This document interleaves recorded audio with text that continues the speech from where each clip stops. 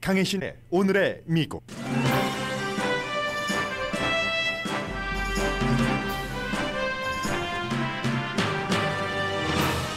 세계가 경제 전쟁을 시작함으로써 러시아 정권 교체 말까지 들립니다. 전문가들은 사면 초과인 푸틴이 안으로는 러시아인들조차 압박하는 21세기의 스탈린이 될 것이라고 경고합니다. 바이든 대통령이 우크라이나를 침공한 러시아로부터 최해 무역국 대우를 박탈하고 러시아산 술이나 수산물 등의 수입도 금지하며 추가 제재도 할 것이라고 밝혔습니다. 영국 정부도 푸틴의 측근인 첼시 구단주를 제재함으로써 첼시 스토어에서 물건을 고르던 사람들이 골랐던 물건을 모두 제자리에 놓고 스토어를 나오기도 했습니다.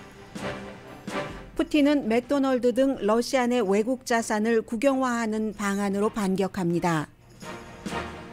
캘리포니아주의 많은 업소에서 우크라이나를 지지하는 상품들을 내놓고 있습니다. 우크라이나 국기 만두 등입니다.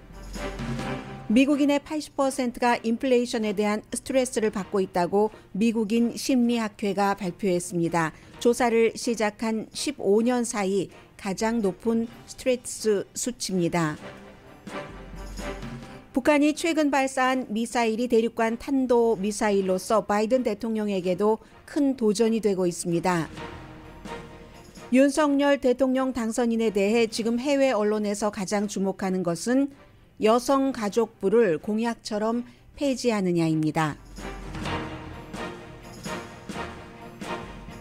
여러분 안녕하십니까? 오늘의 미국 강혜신입니다. 네, 지금 방금 전에 젤렌스키 대통령이 보였고 지금은 그 바이든 대통령이 보이고 있는데요. 그 사이에 또 화면이 바뀌었습니다. 국제 정세의 변화 그리고 국제사회에서 한 국가의 지도자가 얼마나 중요하고 본인도 예상하지 못했고 세계도 예상하지 못한 길로 세계를 가게 하는가 이런 것들을 지금 그 푸트라인이래요. 제가 우크라이나의 푸틴 침공으로 인해서 우리가 잘 보고 있습니다. 그리고 어제 오늘부터는 어쩌면 그 우리가 살아생전에 블라디미르 푸틴이라는 러시아 대통령은 완전히 그 본인이 끝까지 원할 때까지 장기 집권을 그 바라고 있는데 그게 지금 정권 교체라는 얘기가 들리거든요. 그렇다고 해서 물론 서방 세계에서 무슨 러시아의 어떠한 그 직접적인 공작을 해서 블라디미르 푸틴을 그 자리에서 이번에 우크라이나 침공으로 인한 벌을 주기 위해서 내려오게 한다. 그런 건 아닙니다. 그런데도 며칠 전이었었죠. 린지 그레이엄 미국의 연방 상원 의원이 러시아 사람들 가운데서 뭐 푸틴을 제거할 만한 사람이 없는가? 브루투스가 없는가? 얘기한 뒤에 그런 얘기가 점점 많이 들리고 있는데 오늘 제가 앞에 이제 그 레이티스트 뉴스를 좀 전해드리고 이것은 뭐 더 빨리 그 세상이 어떻게 바뀔지도 모르는 일이기 때문에 지금 러시아의 내용을 잠시 뒤에 전해드리겠습니다. 우선 바이든 대통령이 블라디미르 푸틴에 대항해서 그 약자로 PNTR 최혜국 무역 대우를 하는 그 국가와 국가 간의 그 같은 대우를 폐지를 한다. 이렇게 되면은 이제 중요한 건 관세를 부과하는 거고요. 뿐만이 아니라 러시아에서 미국에 오는 씨푸드라든가 또 다이아몬드도 많이 오고요. 또 하나는 뭐가 있었죠? 다이아몬드, 씨푸드, 술. 그렇죠. 술이죠. 술은 뭐 미국 스토어에서 자진해서 뭐 버리기도 하고 있는데 러시아산 그 보드카를 중심으로 해서 이런 것도 이제 금지하겠다라고 얘기를 했습니다. 바이든 대통령이 말한 것이 상당히 그 말초적인 그 표현을 했었는데요. 우선 좀 들어보시겠습니다. The free world is coming together to confront Putin. Our two parties here at home are leading the way. And with that bipartisan cooperation, I'm looking forward to signing into law the bill revoking PNTR, which is, again, most people think of it as most favored nation status. We're also taking a further step of banning imports of goods from several signature sectors of the Russian economy. 네, signature sectors라고 얘기를 하죠. 러시아에 보드카가 되고 다이아몬드가 되고 수산물이 되고 이것도 이제 금지를 하고 미국에서도 이 초당적으로 여러 가지를 그 지지를 했고, 그리고 세계도 마찬가지고 G7 국가들과도 더욱더 푸틴을 벌주는 방안을 지금 그 마련을 하고 있다고 얘기를 했습니다. 왜냐하면 푸틴과 푸틴 측근들의 지금 그런 얘기를 하고 있어요. 하면서 또 미국에도 뭘 사고 요트를 사서 어디다가 숨기고 하는데, 그게 모두 러시아 사람들에게 돈을 훔쳐서 본인들이 그 미국을 포함한 다른 나라의 재산을 숨겨놓는다, 이런 것을 찾아서 벌 주겠다. 왜냐하면 그 돈이 또 다 푸틴의 주머니로도 들어가고 푸틴의 권력을 키우는데도 쓰여지고 하기 때문에 그런 얘기를 했고, 그러니까 푸틴이 대가를 치러야지 된다 하는 건데, 제가 경제의 본격적인 전쟁에 대해서는 9시 35분경에 전해드리겠습니다만은, 사실은 그 영국에서는 그 프리미어 그 첼시의 팬들도 문제예요. 티켓도 지금 팔지 말라고 하고 문은 열었는데, 그래서 뭐 어제도 경기를 치렀고 일요일에도 또 일요일에 홈 경기네요. 하나가 있기는 한데, 첼시 구단주가 푸틴의 수십 년 친구고 본인은 뭐 그렇지 않다고 부정을 하는 때도 많이 있지만, 그래서 그 첼시 구단을 팔기로 했음에도 불구하고 뭐 그냥 오픈은 하되 뭐 여러 가지를 다 금지를 시켰거든요. 하니까 팬들도 걱정, 주변 사람들도 걱정. 이게 꼭 첼시 구단주에 한해서만 그런 것이 아니고 미국과 영국과 다른 나라들이 다 합쳐서 이렇게 일을 하고 있는 겁니다. 그랬더니 또 블라디미르 푸틴이 얘기하기를, 그래? 그러면 우리는 외국 회사를 국영화하겠어 라고 그 얘기를 하면서, 뭐 예를 들면 61군데라고 하든가요, 60군데라고 하든가요, 미국의 뭐 맥도널드를 포함해서 이키아라든가 스웨덴에, 아니면 마이크로소프트, IBM, 포쉐 등을, 이런 그 업체들이 지금 러시아에서 우린 더 이상 운영하지 않겠다 했지만 러시아에 스토어도 있고 그 빌딩 자산도 갖고 있고 하잖아요. 그런 것들을 러시아가 갖겠다는 얘기예요. 공장도 마찬가지고, 이러한 상황에 이제 그 정권 교체 말이 나오고 핵무기를 사용할 수도 있다 하는 말이 나오거든요. 그런데 그 전에 한 2, 3분 지금 우크라이나 사태의 레이티스트부터 전해드립니다.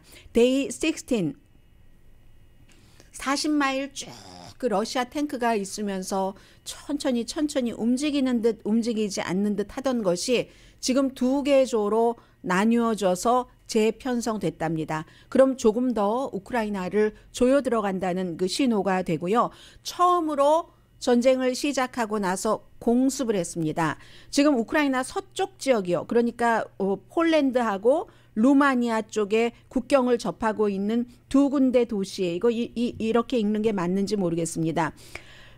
러스크라는 곳 한 군데하고 아주 서쪽입니다. 그곳은 폴란드와 국경이 딱 접해지고 있고요. 그 조금 아래인 루마니아와 국경을 접하고 있는 이바노 프랭키브스키, 이 두 군데에서 아주 정밀하게 장거리 공격을 했답니다. 공습을 했어요. 그리고 그 밖에 저쪽 동쪽 지역으로 가서도 마찬가지고 아파트먼트, 사람들이 살고 있는요, 그리고 유치원 등등을 공습을 했다는 거거든요. 동쪽의 그 하르키브 같은 경우는 학교가 48군데가 파괴됐다고 하고 정신병원도 공격했다고 합니다. 그러니까 사람들이 나 우크라이나로 가야 되겠어. 국가에서 말려도, 영국도 지금 말리고 있는데 군인들이 가는 일이 딱 텔레비전으로 보고는 못 참는 겁니다. 무슨 산부인과를 폭격을 해서 만삭인 여성이 들것에 실려 나오고 막 몸에 피도 묻어 있고 하는 이런 것들을 보면서, 그리고 군인보다 지금까지 우크라이나에서 푸틴의 군대는 민간인을 더 많이 살해를 했답니다. 중동에서도 싸움꾼들이 러시아를 도우려 가고 있습니다. 뭐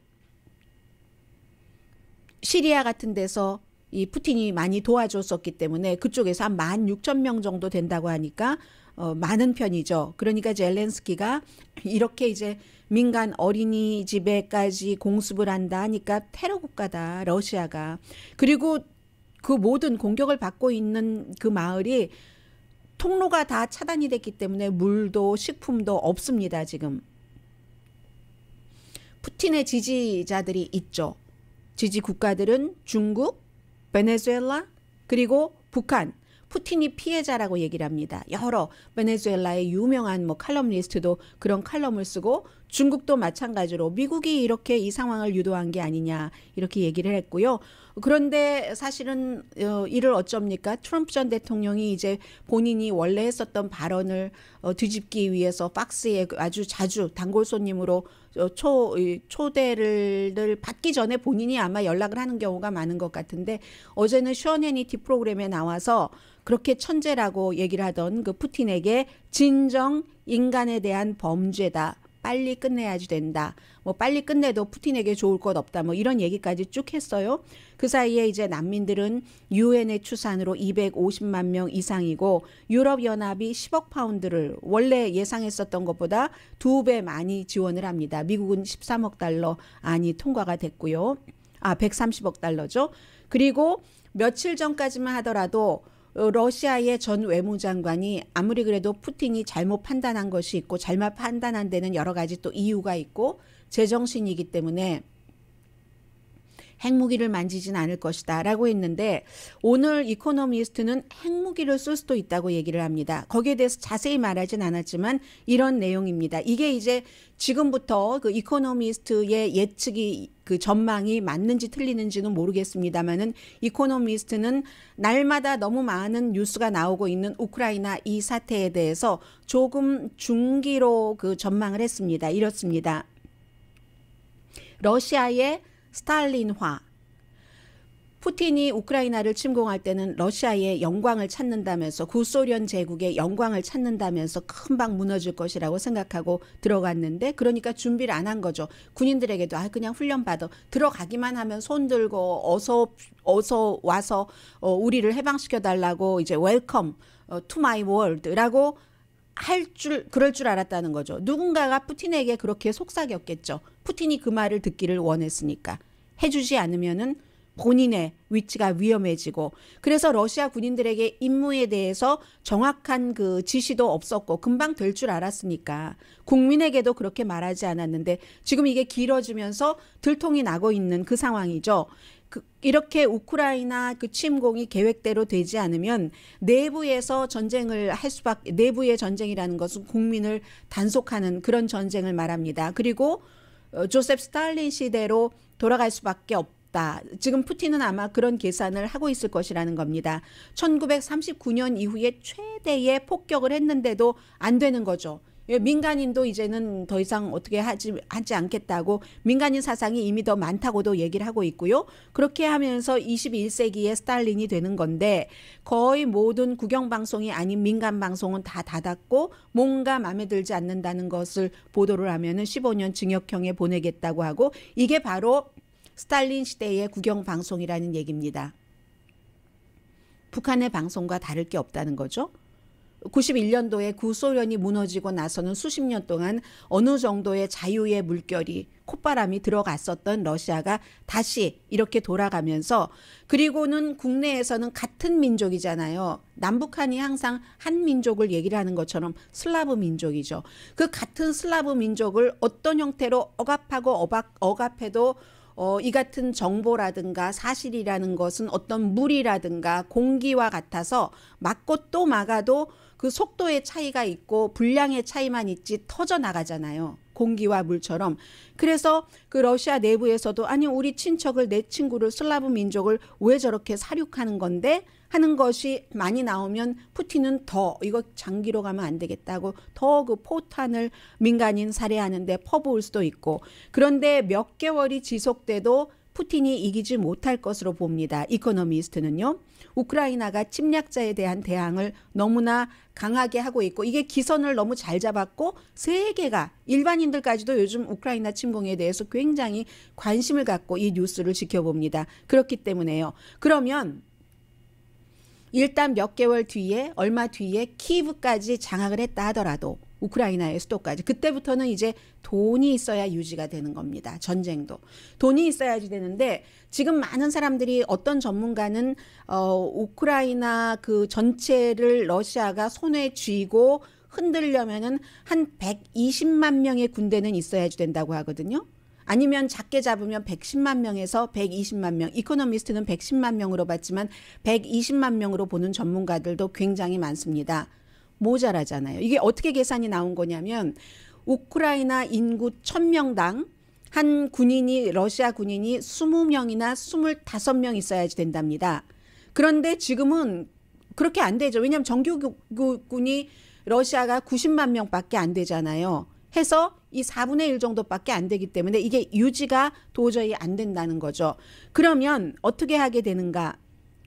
그 이오시프 스탈린처럼, 조셉 스탈린처럼 부르주아는 파괴가 될 것이고, 이 부르주아가 굉장히 이 중간층, 중산층 계층이 러시아를 상당히 발전시키고 현대화에 어떤 영향력을 미쳤는데 그 계층이 무너진다는 거죠. 불만을 하면서 서구에서 굉장히 제재를 하니까 본인들이 살기가 힘들어지잖아요. 맥도날드 햄버거 하나 먹을 수가 없는데, 그렇게 불만을 하는 사람들을 스탈린처럼 전부 수용소에 보낼 수는 없지만 다른 도시로 러시아 사람들이 빠져나간다는 거죠. 중추적인 그 사람들이 터키로도 가고, 이게 왜 그렇습니까? 이게 왜 제가 이 전화기가 왜 전화기로 이렇게 오는 것입니까? 이것을 제가 이제 됐습니다.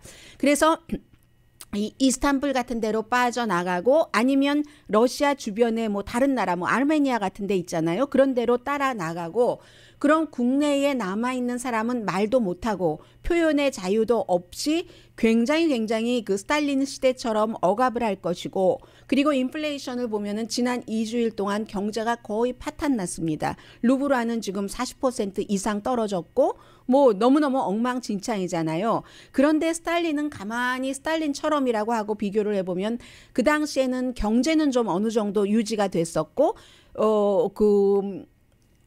나치가 와서 러시아가 굉장히 저항을 잘했는데 국민들이 이데올로기가 있었기 때문에 이데올로기로 뭉쳐서 스탈린을 따르기도 했고, 그렇게 해서 이겼는데, 지금 푸틴은 스탈린이 누리던 그런 어드밴티지가 없다는 거죠. 국민들이 이데올로기, 자신들의 그 이데올로기 때문에 스탈린의 하자는 대로 희생하고 이럴 수가 없다는 겁니다. 이제는 자유의 물결을 받기 때문에. 그리고 러시아가 굉장히 땅이 넓잖아요. 인구는 미국의 3분의 1 정도밖에 안 되지만 그 땅은 엄청난데, 그 땅이 그래서 시간대가 한 11개로 나뉘어지는데, 그 11개 지역 사람들마다 얘기하기를, 저 모스크바가 일으킨 우크라이나 전쟁이 하면서 지역 국민들 간에 서로의 불만 뭐 이런 것들이 있고, 모스크바 전쟁 때문에 우리가 힘들다. 사실은 푸틴과 몇몇 사람의 전쟁인데요. 그런 얘기를 하고 있고, 푸틴은 이미 시작이 됐답니다. 푸틴은 쿠데타가 무서우니까 아무 말도 안 믿고 아무도 만나지 않고, 심지어는 푸틴이 이제 자기 자리 지키기도 힘들어질 것이라고 얘기를 합니다. 그렇기 때문에 화학무기도 쓸 수 있다. 핵무기도 쓸 수 있다. 핵공격도 할 수 있다 했는데 구체적으로는 얘기하지 않았습니다. 어떠한 핵공격이 될 수 있다는 것을. 그럼 이런 때 세계는 어떻게 해야 되는가 방향 제시를 하는데, 이 위험을 최소화하려면 이 테크놀로지 회사가 러시아에서 나온 것은 잘못했다고 얘기를 합니다. 물론 오늘 아침에 그 페이스북이 그렇기 때문에 러시아에 대해서 비난하는 이런 것들은 이제 다시 허락을 한다고는 했는데, 많은 구글을 포함해서 그런 매체들이 러시아에서 나와버렸잖아요. 그러니까 푸틴이 원하는 대로만 러시아 사람들에게 말을 할 수가 있다. 그 사람들이 뭐 휴대폰이나 전화 등을 통해서 바깥의 정보를 알 수도 있지만 그것은 잘못했다고 얘기를 하고 있고, 앞으로도 계속 진실로 푸틴의 거짓을 쳐부숴야지 된다. 푸틴의 거짓이라는 게 우크라이나가 나치가 지금 집권하고 있기 때문에 그 사람들을 해방시키러 갔다는 거잖아요. 나토는 계속 무기 공급을 해야지 되고, 심각한 휴전협정 하기 전까지, 지금 하는 협정은 아무것도 아닙니다. 그리고 먼저 러시아가 공격하지 않으면 우리도 나토도 미국도 공격하지 않는다는 것을 푸틴이 잘못 판단하지 않도록 정확하게 알려주고, 에너지 제재도 힘들지만 해야지 된다. 이 얘기를 합니다. 물론 이코노미스트는 영국에서 발행되는 매체이기 때문에 그럴 수 있습니다. 영국은 뭐 러시아로부터 원유 수입하는 게 8%밖에 안 되니까는요. 다른 유럽의 국가들은 또 영국과는 입장이 다르긴 하죠. 그런데 힘들어도 에너지 제재를 해야지 되고, 그리고 비행 금지 구역까지 설정을 해야지 된다. 러시아에게 너네가 먼저 공격하지 않으면 우리 공격하지 않아. 이런 말은 하되 비행 금지 구역은 설정을 해야지 된다고 얘기를 합니다. 그 뒤에 이제 정권 교체 얘기가 나옵니다. 서방 세계에서 직접적으로 개입하진 않겠지만 원래 해방, 자유라는 것은 그 나라 국민에 의해서 해야지 되는 것이긴 하지만 지금 보면은 러시아가 이렇게 여러 가지 그 말씀드린 것처럼 가라앉고 있는데 우크라이나는 러시아에 비해서 많은 것이 부족했지만 지금 뜨고 있잖아요. 위에로. 지도자도 푸틴은 가라앉고 있고 젤렌스키는 뜨고 있고 그래서 어쩌면 러시아 사람들도 세계 사람들도 이렇게 러시아 내부에서 이건 아니지 하는 일이 일어나면서 어쩌면 그때야 21세기 스탈린 시대에서 자유로워지는 날을 상상할 수 있을지 모른다. 그러니까 푸틴이 사라져야지 이 모든 것들이 제대로 된다 하는 뭐 그런 글이었습니다. 그리고 이제 이런 것들이 한번 이코노미스트 하면 완전히 세계를 리드하는 그런 오피니언 리더잖아요. 이렇게 먼저 얘기를 보고 했다는 것은 이 같은 분위기로 갈 수도 있다는 그런 게 되는 거고요.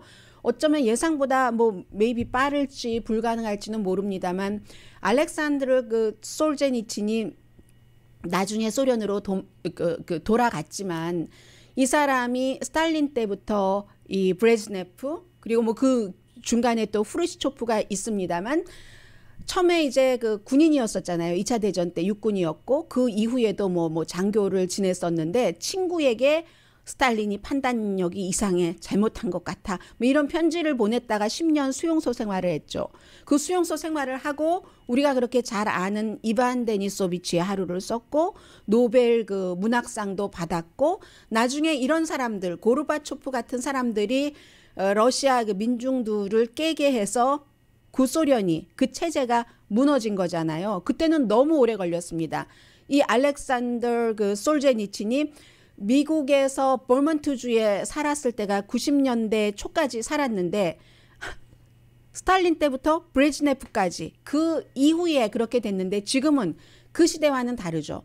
이반 데니소비치의 하루를 그것을 또 영어로 번역하고 한국말, 일본말, 중국말로 번역하는데 얼마나 오랜 세월이 걸렸겠어요. 그랬기 때문에 지금 그 블라디미르 푸틴은 굉장히 더 초조할 거다 해서 어쩌면 화학 무기까지 쓸 수 있는 가능성 굉장히 우려되는 상황이죠.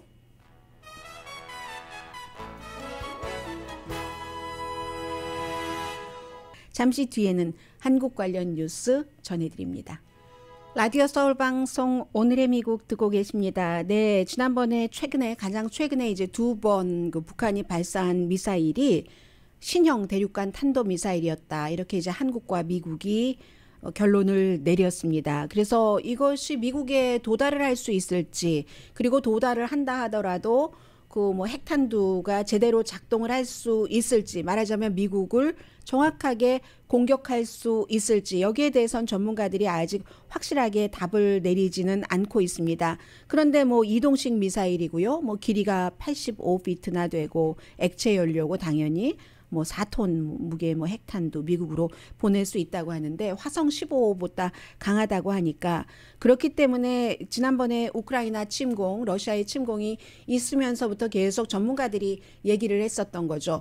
북한이 때는 이때다 하면서 자신들의 원래 그 스케줄대로 별 그 거침없이 뭔가를 해서 개발을 할 수 있는 기회를 얻고 기회가 많아지면 많아질수록 협상을 할 때 그게 플러스가 되기 때문에 그런 길로 갈 것이다 했는데 이제 지금 뭐 일단 그 미국에서도 그렇게 그 보는 거죠. 그래서 미국은 국가 안보의 도전이다. 지금 이 정도는 보고 있고요.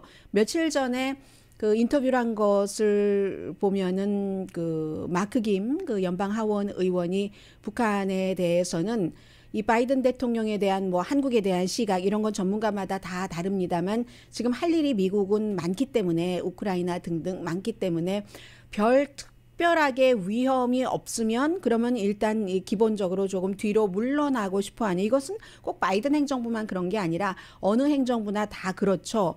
그런 상태인데 만약에 북한이 이렇게 도발을 한다던가 남북한의 사이가 굉장히 안 좋다던가 지금 이제 윤석열 대통령 당선인이 아무래도 그 문재인 대통령보다 굉장히 북한에 대해서 강성이기 때문에 그렇게 돼서 뭔가가 걸끄러울 때는 미국이 더 많이 개입을 할 수밖에 없는 그럴 여지가 없어도 힘을 다 저쪽에 써야지 되는데도 그렇게 개입을 할 수밖에 없는 그런 상황이 오기 때문에 당분간은 이 그 북한 이슈는 미국에 있어서 미국이 먼저 어떻게 한다기보다는 조금 간접적인 그 결정을 내리게 될 것이다라고 얘기를 했고, 그에 비해서 클레어먼트 맥케나의 이채진 석좌 교수께서는 지금은 불가능하지만 전에 했었던 뭐 4자 회담이라든가 6자 회담 등을 통해서 결국은 북한 핵 문제를 풀어야지 된다라고 얘기를 하셨습니다. 그리고 이제 그 교수님이 지난 15년 동안 계속 주장을 했었던 것이라고. 그건 너무 기본적인 거죠. 자꾸만 사람들이 중간에 잊고 있는데 마지막에 가면은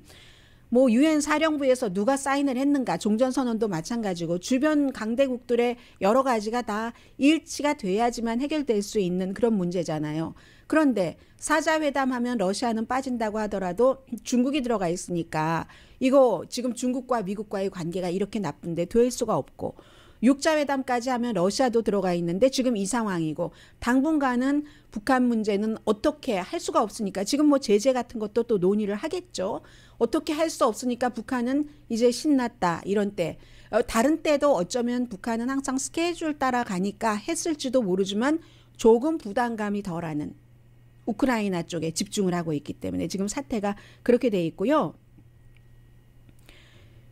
이 윤석열 당선자에 대해서는 뭐 오늘도 어제 미처 보도하지 못했던 그런 미국 매체도 보도를 하는데, 거의 모든 매체에서 이제는 무엇을 해야지 되느냐 하는 것을 우려하고 지켜보는 거잖아요. 어떤 경우는 우리나라와는 상관이 없는데 저 나라는 지금 저래? 21세기에? 이러면서 좀 신기하면서 쳐다보는 그 이슈 가운데 하나가 이 여권주의, 반여권주의에 관한 선거 캠페인 때부터 있었던 바로 이 문제입니다. 어제 그 윤석열 후보가 기자회견을 하는 것을 보니까 뭐 한 20분 정도 기자회견 했던 거 보니까 뭐 그런 얘기를 하더군요. 이 남성과 여성에 대한 이거 갈라치기 하고 뭐 이거에 대해서 물어보니까 저는 남자와 여자를 갈라치기 하는 캠페인을 한 적이 없습니다. 그러니까 이준석 그 국민의힘 대표가 그랬다 하는 말을 안 했지만 그렇게 말하고 싶었던 거겠죠. 그런데 세계 다른 나라에서 다 물론 이준석 대표가 굉장히 처음부터 그 젊은 당 대표가 그걸 끌고 나오고 끝까지 가져가고 하기는 했어요. 그렇지만 저출산율이 뭐 페미니즘 때문이다 뭐 이런 얘기를 한 적도 있고요. 그리고 무엇보다도 여성가족부를 폐지한다고 공약을 했잖아요. 젊은 남성들의 표를 많이 받기 위해서. 여권에 너무 중심을 둔다. 이 여성가족부가. 그리고 지금 여러 가지 평등에 관한 법이 많기 때문에 실제로 있는 법으로 집행해도 된다. 그런 얘기 했습니다. 이 토론할 때도 그렇고 선거 캠페인 할 때도 그렇고. 이번에 20대 여성이 34%만 윤석열 그 당선인을 지지를 했고 남자는 20대 남자는 59% 많은 편이죠. 3분의 2. 30대 남자는 53%가 이 윤석열 그 당선자를 지지를 했는데 기자회견에서 저는 그런 적 없습니다. 라고 얘기를 했잖아요. 그런 적이 있긴 있다니까요.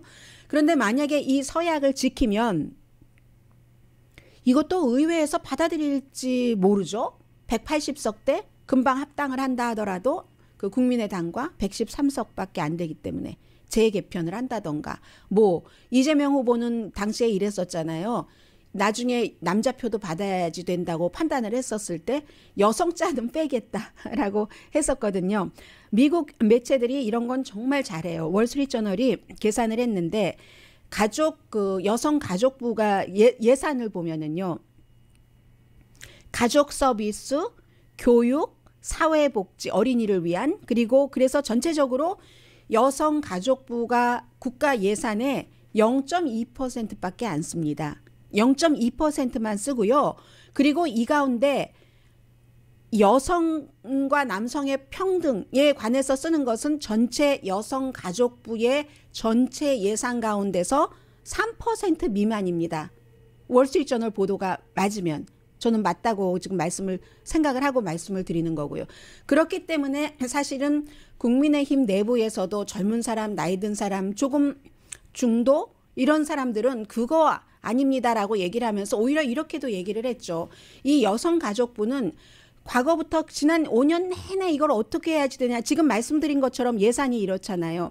예산 배당이 이런데 여성가족부라는 사실 그 이름 때문에 남성들이 군대 갔다 오고 여러 가지 여성에 대해서 너무 특혜를 준다고 하고 하니까 그냥 그것을 뭐 좀 개편한다던가 이름을 바꾼다던가 하는 주장을 했었던 사람들이 있는데 이걸 이제 윤석열 당선인이 폐지한다고 공약을 했었기 때문에 어떻게 할 것인가, 할 수 있기는 할 것인가, 이런 것들을 세계에서는 이건 좀 이상하다 하면서 보겠죠. BBC 방송도 마찬가지고 가디언도 마찬가지고. 왜냐하면 한국이 지금 세계 10대 경제 대국인데 10대 경제 대국이라는 것은 돈만 잘 버는 나라가 아니라 모든 것이 민주적으로 다 굉장히 그 활발하게 되는 그런 나라인데 이렇게 되니까. 그리고 양쪽에 게 있죠. 왜냐 한국에서 예전에 무슨 이름 여자자 들어가서 여자만 들어가는 대학 아직도 있잖아요. 예전에는 지금보다 더 많았어요. 그리고 학과에서도 가정학과라는 게 있었잖아요. 뭐 가정학과에서 그렇다고 뭐 날마다 뭐 밥하고 빨래하고 이런 것만 배우는 건 아닙니다. 그런데 그런 것들이 없잖아요. 미국도 없어지는 추세고 홈 이코노믹 뭐 이런 그 메이저가요. 그래서 이제 이 부분을 세계에선 가장 많이 보고요. 그리고 지금부터 윤석열 당선인의 외교 정책 비전을 조금 보겠습니다. 윤석열 대통령 당선인은 대통령이 되기 전에 후보 당시에 선거가 치러지기 한 3주일 전쯤에 Foreign Affairs에 기고문을 보냈습니다. 이 기고문을 처음부터 끝까지 윤석열 당선인이 썼다고 생각하지는 않습니다. 그러나 그 전문가들과 의논을 해서 자신의 그 이상 같은 것을 담은 거죠. 서울은 이제 아시아를 넘어서 세계까지 그 역할을 확장해야 된다. 이게 중심, 포커스였어요. 포린 어페어에서 물론 그 다음 주에 이재명 후보의 기고문도 넣었습니다만 윤석열 후보의 기고문에 이 중점적인 것은 그 밖으로 나가야 된다. 이게 왜냐하면 북한 이슈하고도 연관이 있는 겁니다. 민주당은 북한과 포용 정책을 해야지 되고 잘 지내야 되고 여러 가지가 그러니까 중국 문제도 있고 뭐도 있고 해서 이렇게 넓게 나가기에는 북한이라는 장애가 있었어요. 그에 비해서 이 국민의힘 윤석열 후보 같은 경우는 북한에 대해서는 조금 강경하게 이런 것이 딱 돼 있기 때문에 아시아 너머로 우리가 나가야 된다라고 얘기를 했거든요. 반세기 조금 넘어서 한국은 가난도 이겼고 독재도 이겼고 뭐 전쟁도 이겼고 경제적인 다이나믹, 문화적인 풍요로움 등등 민주주의 국가, 무역 국가, 파워하우스, 테크놀로지, 팝 문화 세계적으로 최근에 등등등등 BTS 스퀴드 게임까지 나옵니다. 그리고 더 책임 있고 국제사회에서 존경받는 나라가 돼야지 된다. 지역주의에 치중하지 말고 외교 정책은 북한과 관계 개선에 이제 그 포커스를 두면서 국제사회에서 역할이 줄어든 부분이 많이 있었는데 이거 이제 문재인 대통령 당시에 한창 그 북한과 세계의 사이가 나빴을 때 문재인 대통령이 해외에 나가서 북한에 대해서 뭐를 해달라고 하면은 다른 나라에서 외면했었던 그런 적들이 있습니다. 분명히. 그러한 것들 때문에 국제사회에서 역할이 줄어들었었는데 어쨌든 그 북한과 협상하는 게 서울 정부에 중요하다는 것을 인정을 합니다. 그렇지만 한국 외교에서 북한과의 관계가 전체가 돼서는 안 된다는 것을 강조를 합니다. 조금 더 넓게 나가야 된다는 것을 주장을 하고 있어요. 그리고 북한과의 대화는 완전한 북한의 비핵화가 이거 분명하게 그렇게 돼야지 된다는 것이고 미국과 중국 사이에서의 그 두 나라 사이에서 긴장이 강해지는데 한국은 전략적인 모호함을 지키고 있는데 자신은 이제 미국에 가까이 가겠다 뭐 이런 얘기를 좀 했고요. 그리고 한국은 계속 그걸 강조를 합니다. 한반도 안에 갇힌 나라가 아니다. 세계 주요 국가로서 역할을 하면서 뭐 자유, 평화 이런 리드를 하는 국가가 되겠다는 거예요. 한국이 이제는. 미국과 중국과의 관계는 모든 동아시아 나라의 딜레마다. 중국도 크고 미국도 크니까. 이쪽은 안보, 이쪽은 경제니까. 다 무시할 수 없으니까. 그래도 그 미국과의 관계를 강화해야 된다고 강조를 했고요. 왜냐하면 국제적으로도 다른 많은 나라들이 미국이 주도하는 그런 국제사회에서 이득을 받지 중국이 주도하는 국제사회에서 이득을 보지 않았기 때문에 뭐 이런 얘기를 했고요. 그래서 경제 관계에도 불구하고 이제 그 북한뿐만이 아니라 뭐 기후 변화라든가 공중 보건이라든가 문화 교류 이런 것을 굉장히 강조를 하면서 밖으로 나가야지 된다. 중국의 실크로드에는 반대하지 않는다고 했어요. 협조를 하지만 그래야지 또 중국에도 협조할 것을 협조를 해야지 북한 문제를 푸는데 결정적으로는 중국의 도움이 필요하다는 것을 인정을 합니다. 윤석열 후보가 그렇게 얘기하면서 또 하나는 이제 일본을 중요한 파트너로 재인식한다는 것. 그 도쿄와 전략적인 중요성. 어제 이제 일본 총리와 통화를 했잖아요. 게이조 오부치와 예전에 1998년도에 김대중 대통령과 게이조 오부치와의 그때의 그것을 기준으로 두고 일본과 과거가 아니라 미래를 보고 나아가야지 된다. 이제 그런 얘기를 했고요. 그 얘기는 뭐 이채진 교수도 마찬가지로 저희 라디오 서울 방송과의 인터뷰에서 했습니다. 그리고 기자들과 인터뷰할 때도 역시 강조를 하더군요. 일본의 어느 기자였던가요? 이제 한국말로 차근차근 현 총리에 대해서 또 한일 관계에 대해서 어떻게 생각하느냐 했더니 과거가 아니라 미래에 집중해야지 된다라고 그렇게 답변을 했고 그리고 또 어떤 기자가 대장동 사건에 대해서 물어봤어요. 그랬더니 그 윤석열 당선인이 오늘은 그런 말 안 해야지 되지 않겠습니까? 이렇게 얘기하면서 그냥 딱 그냥 마무리를 하고 그런 일이 있었고요. 잠시 뒤에 경제 뉴스 전합니다.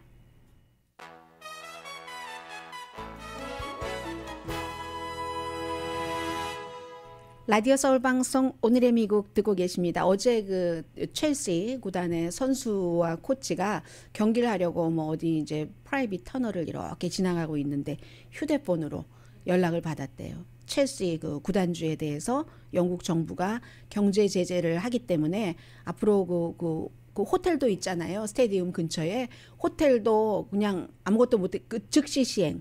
그래서 호텔도 예약 안 받고 그리고 또 그 호텔 식당도 문을 닫았고 거기에 이제 스토어 기념품을 파는 스토어가 있는데 스토어에서 바스켓에 이것도 담고 저것도 담고 잔뜩 담은 사람도 누군가가 와서 그거 다 제자리에 놓으라고 해서 제자리에 놓고 나오고 그 다음에 이제 문 닫고 나중에 어떤 그 경고가 있을 때까지 이렇게 경제 제재를 했습니다. 뭐 한국 분들도 팬이 많으시잖아요. 너무너무 그 유럽의 그 화려한 그런 그 축구팀이고 챔피언이고 하는데 대부분의 축구는 하되 뭐 대부분의 비즈니스를 하지 못하도록 한 거거든요. 로만 그 아브라모비치가 푸틴의 뭐 수십 년 친구이기 때문에 그의 자산을 동결하는 거죠. 여러 가지 사업이 있지만 특히 첼시 2003년이었었죠. 2003년에 맞습니다. 2003년에 로만 그 아브라모비치가 이 첼시를 인수를 했었을 때 잘 이 사람 많이 안 알려졌었고 돈을 엄청나게 투자해서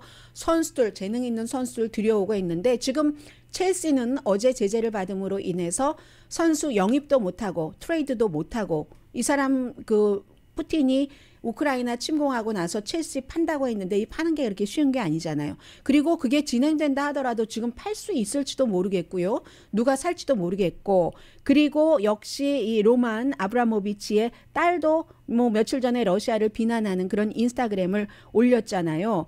팬들도 그렇죠. 티켓 판매도 못하게 하니까 이거 어떻게 되는 거지? 선수들은 얼마나 황망하겠습니까? 더군다나 돈을 많이 들여서 재능 있는 선수들을 너무나 많이 영입을 시켰던 구단주이기 때문에 이 첼시의 미래가 어떻게 될지 모르겠다 뭐 이런 거고요. 그리고 또 영국에서 많은 사람들이 지금 러시아의 그 외무장관이요. 세르게이 나브로프 외무장관의 딸이 영국에 살고 있는데 그 딸이 21살 때부터 무슨 뭐 400만 파운드, 500만 파운드 하는 그런 집 소유를 하고 살면서 굉장히 화려하게 지낸다는 거죠. 딸도 친딸이 아니라 이 사람이 2000년도 초, 2003년인가요? 이것도 아무튼 2000년도 초부터 내연의 관계인 거예요. 내연녀의 딸이니까 2003년도부터 내연의 관계였으니까 친딸은 아니겠는데요. 스텝도로겠는데요. 스텝도로인데 그렇게 화려한 생활을 하고 영국 런던에서 그러니까 영국에선 사람들이 아니 블라디미르 푸틴 측근의 자산만 동결할 게 아니라 그 내연녀도 그 세컨드 가족으로 봐서 그 내연녀와 그 가족에 대해서도 제재를 해야지 된다. 지금 이 정도로 국제적인 여론이 그렇습니다. 그런데 하얏트는 제재 안 해요. 러시아에 대해서. 메리어트도. 영국의 가디언인가가 물어보려고, 가디언 맞네요. 인터뷰 요청을 했더니 답변 안 했대요. 그리고 시리, 브리지스톤 타이어도, 필립 모리스도 영업하고, 러시아 사람들 담배 엄청 많이 피우잖아요. 할리벌튼도, 오일필드도 이 할리벌튼이 하니까 그대로 러시아에서 우크라이나가 좀 중지해 주세요 했는데도 요청 안 들었고요. 아무튼 영국을 포함해서 미국을 포함해서 푸틴에 대한 제재가 예상 밖에 강하고 예상 밖에 신속하고, 그렇다고 해서 푸틴이 단기적으로 전략을 안 바꾸겠다. 지금부터는 우크라이나 그 민간인들이 엄청나게 사상자가 나올 겁니다. 인간 희생과 상관없이 자신이 일단 이기겠다 이렇게 하고도 지기까지 하면 그 군사 싸움에 있어서 큰일이다라고 생각을 하는 것 같고요. 어제 골드만삭스라고 말씀드렸는데 JP 몰건까지도 이제 러시아에서 일 안 한다고 하고, 뭐 셀폰도 러시아에 안 들어가고, 자동차도 안 들어가고, 에르메스, 루이비통도. 근데 루이비통 그 러시아 스토어를 보니까 그냥 문만 걸어 잠궜는 줄 알았어요, 저는. 그런데 어머, 또 그것은 깔끔하게 루이비통 그 물건까지 다 그냥 텅텅 비어서 선반밖에 안 남아있는 지금 그런 상태입니다. 그리고 이제 게다가 오늘 바이든 대통령이 정상적인 그 최혜국 대우를 일단 서스펜드 한다라고 얘기를 했으니까 관세 붙이고 뭐 이러는 것이고, 그러니까 간단하게 말하면 쿠바에 대해서 미국이 경제 제재하는 것처럼, 북한에 대해서 경제 제재하는 것처럼, 북한에 대한 경제 제재는 워낙에 미국과 무역 거래가 없기 때문에 뭐 별 큰 것은 아니고 상징적이고, 그렇기 때문에 무역 거래가 없는 것이기도 하고, 양쪽이 다 왔다 갔다 하는 건데, 아무튼 지금 그 정도 강도이고요. 연방 상원은 원래는 이게 지출안이 1조 5천억 달러 지출안을 그제 하원에서 통과시켰고, 어제 상원에서도 찬성 68대 반대 31로 통과시켰습니다. 통과 안 됐으면 문 닫아야 돼요, 연방정부. 그런데 9월 달까지 열게 하면서 1조 5천억 달러의 규모의 지출안인데, 그 가운데서 이제 그 130억 달러 정도가 우크라이나로 이렇게 지원이 되는 그런 거고요. 그리고 캘리포니아주의 컬버시티에 미스쥐라는 중국집이 있는데, 노란색 반, 하늘색 반에서 우크라이나 만두예요. 이름을 자유의 만두라고 불렀고, 헐리우드의 뭐 칵테일 바도 어떤 그 탄성이 있다 하는 그런 이름을 붙여서 술을 팔고, 빵집도 마찬가지고, 무슨 뭐 우크라이나를 지원하기 위한 음식 같은 것을 파는 그런 그 캘리포니아 업소들이 굉장히 많습니다. 네, 여러분들 그동안 무슨 뭐 인플레이션이다, 우크라이나다, 한국 대선이다 해서 얼마나 스트레스를 많이 받으셨습니까? 미국 사람들도 미국인 심리학회에서 조사를 했더니 미국 사람들의 80%가 특히 우크라이나 침공 등으로 앞으로도 생길 인플레이션 이런 것을 포함한 스트레스를 받고 있다고 했거든요. 그랬더니 지금까지는 60%가 최고였답니다. 60% 중반이. 그랬더니 이제 전문가들이 여러 가지 얘기를 하면서 어느 분이 이런 얘기를 하시던가요? 하나 긍정적인 것은 이렇게 어선할 때 사람들이 나의 인생에 있어서의 우선 목표가 뭐지? 하는 것을 다시 생각해 볼 수 있다고 했고요.